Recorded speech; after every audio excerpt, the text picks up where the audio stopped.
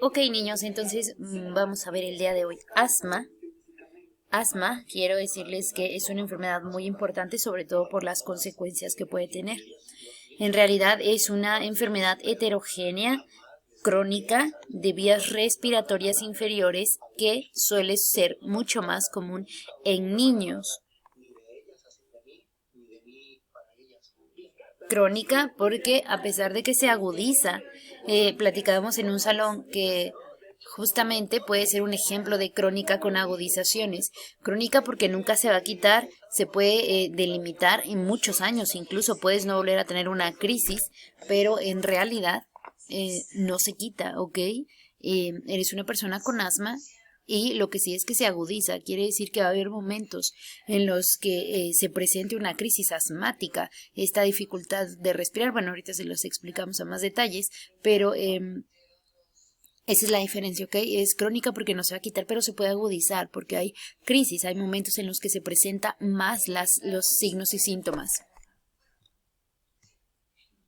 Entonces, como definición, hablando de fisiopatológico, vamos a entender que sucede una inflamación, como ustedes lo pueden ver en esta imagen.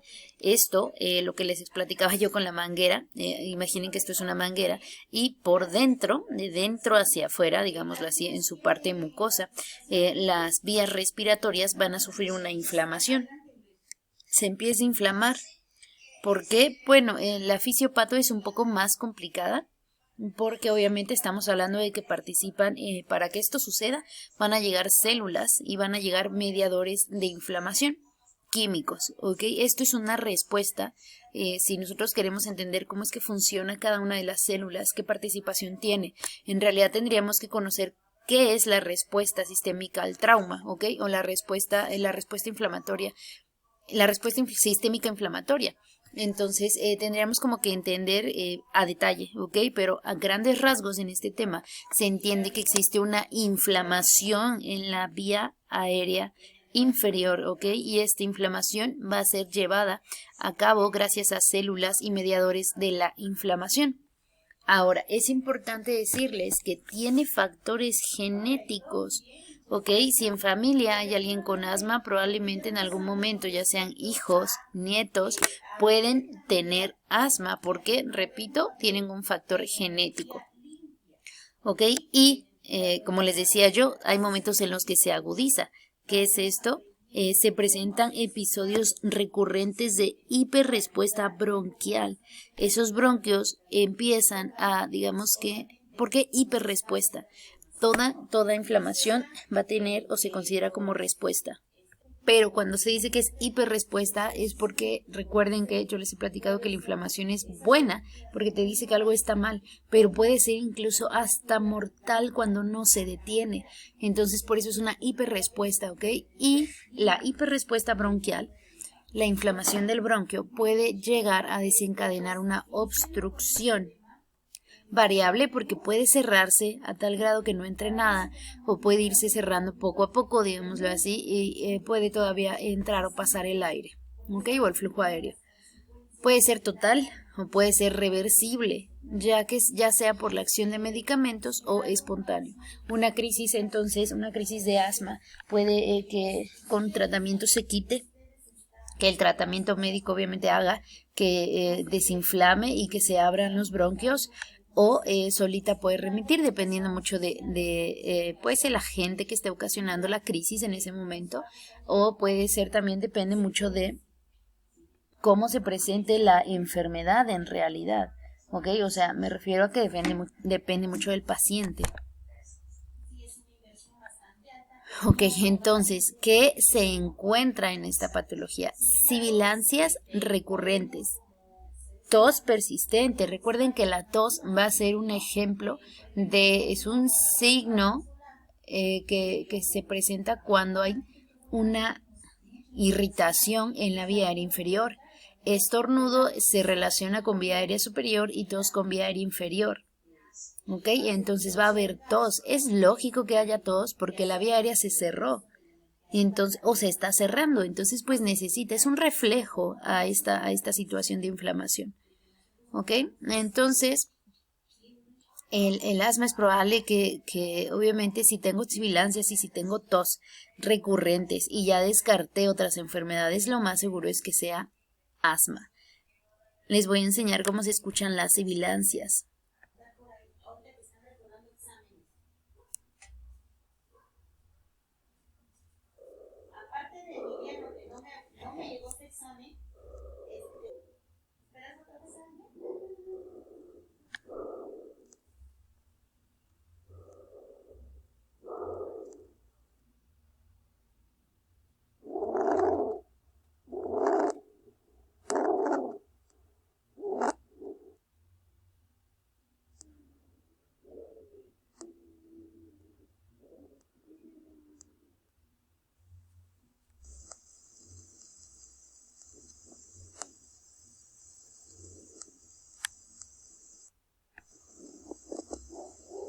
Bueno, entonces les puse precisamente el de los ruidos respiratorios, estridos, ya lo habían escuchado, pero es muy característica en esta enfermedad ese ruido, esas sibilancias, ¿ok? Eso como literal, como si se escucha como si se resistiera a pasar el aire, como que pasa por un cachito muy, muy pequeño de espacio, ¿ok? Por eso se escucha así. Entonces, hablando fenotípicamente, o sea, cómo se muestra, sí se sabe que existen diversas condiciones para que aparezca esta patología, el asma, ¿ok? Dentro de los cuales, como yo les había dicho, tenemos factores genéticos o factores hereditarios. Y pues también puede haber factores ambientales, o sea, puede ser que tengas una predisposición ya a nivel familiar, bueno, a nivel hereditario más que familiar, y además hay desencadenantes ambientales, cosas del ambiente que te provocan esta enfermedad, ¿ok? Se considera entonces como una enfermedad de transmisión poligénica, poli mucho, ¿ok? Genético o de causa, de muchas causas y con transmisión de genes. Entonces, los niños con sibilancias recurrentes por debajo de los 3 años van a cumplir un criterio mayor o 2 menores, tendrán una elevada probabilidad de padecer asma persistente atópica, IPA. El índice de predicción de IPA nos va a ayudar sobre todo a conocer si los niños tienen o no tienen asma y además qué tanto tiempo o qué tan persistente va a ser. Se utiliza una serie de criterios descritos para, les repito, criterios mayores y criterios menores que obviamente pues te evalúan cómo se va a presentar la enfermedad, ¿ok? La presencia de IPA aumenta de 4 a 10 veces el riesgo de desarrollar una enfermedad de asma entre los 6 y los 13 años. Y si no tendrán asma a esta edad, el 95% de los pacientes que tengan IPA negativo. Quiere decir entonces que se le va a hacer este tipo de exámenes predictivos y si lo tienen positivo, entonces de 4 a 10 veces aumenta su riesgo de tener asma o de presentar asma entre los 6 y los 13 años. Y si se les hace el examen y se encuentra que no tienen ni criterios mayores ni criterios menores y se le da un IPA negativo, el 95% de esos pacientes tienen la probabilidad de no desarrollar asma.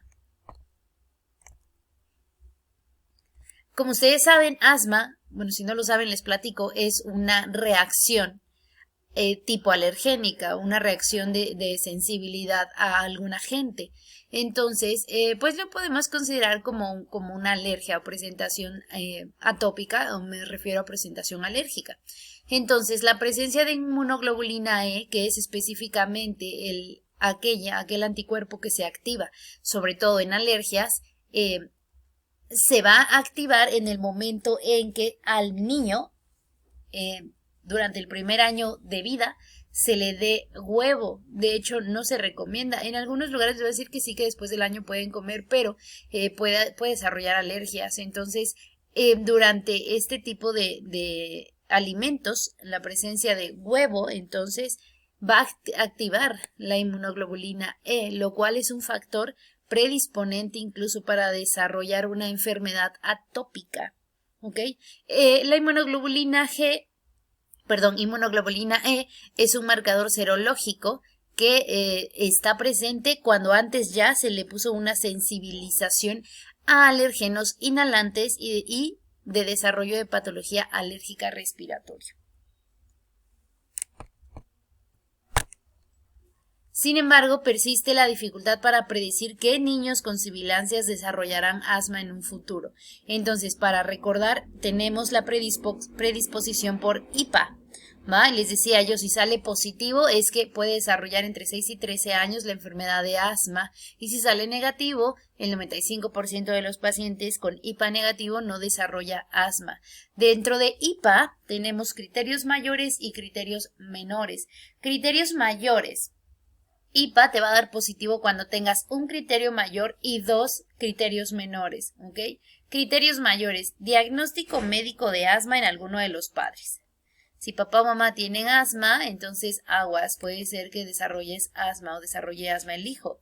Diagnóstico médico de eczema atópico. Eczema es una alteración a nivel de la piel e incluso los bebecitos, desde bebecitos pueden desarrollar esta pues patología.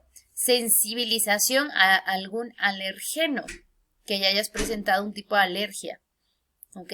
Criterios menores, sibilancias no relacionadas con resfriado, que de pronto se escuchó tus sibilancias y tú no tenías como tal una patología respiratoria o no una patología en ese momento respiratoria. Eosinofilia en sangre periférica mayor a 4%. Recuerden que cuando hablamos de un sistema inmune, hay muchas células, obviamente, las cuales responden ante el sistema inmune. ¿Ok? Eosinofilia, eosinófilos, aumento de los eosinófilos. Y los eosinófilos son aquellas células que se elevan en presencia de parásitos, pero también en presencia de alergenos. Presencia de rinitis alérgica diagnosticada por un médico a los 2 o 3 años. Rinitis alérgica es esta hipersecreción o este aumento en secreción rinorrea, obviamente procedente de la nariz o de la cavidad nasal antes de los 2 o 3 años de edad. Alergia a leche, huevo o frutos secos. Si juntas 1 y 2 menores, entonces es un IPA positivo y lo más seguro es que ocupes, que te dé asma entre los 6 y los 13 años de edad. Fisiopatología, lo cual es un poquito entretenida. Ok, entonces, como les dije en un inicio, en realidad asma es un proceso inflamatorio que no se va a quitar, que es crónico y que condiciona la resistencia al flujo aéreo. O sea, eso que escucharon ustedes, niños, esas sibilancias, ese ruido, es eso precisamente, es la resistencia al flujo aéreo. Por resistencia vamos a entender que no pasa bien el aire, ¿ok? Intervienen, como les había yo platicado, distintos tipos de células inflamatorias y múltiples mediadores, los cuales van a producir en forma general inflamación, obstrucción, hiperrespuesta bronquial y remodelado de la vía aérea. Podemos entonces como que definir los pasos de la fisiopato así: inflamación, obstrucción, hiperrespuesta bronquial y remodelado de la vía aérea. Ok, entonces podemos ver aquí, este es una vía aérea, un bronquio normal. Empieza entonces con una inflamación aguda, se va a ir cerrando, ¿ok? Por ejemplo, ¿qué te puede dar una inflamación aguda? Algunos ejercicios, los pacientes con asma, incluso cuando suben escaleras muy rápido, cuando se ponen a hacer ejercicio, puede provocar una crisis asmática. Infecciones, algunos irritantes, algunos alergenos, ¿ok? ¿Qué sucede? Porque hay una inflamación, está provocando la liberación de histamina. ¿Quién libera esa histamina? Estos, ejercicio, infección, irritantes, alergenos, van a activar unas células en respuesta que se llaman mastocitos, ¿ok? Son sumamente importantes en esta fisiopatología.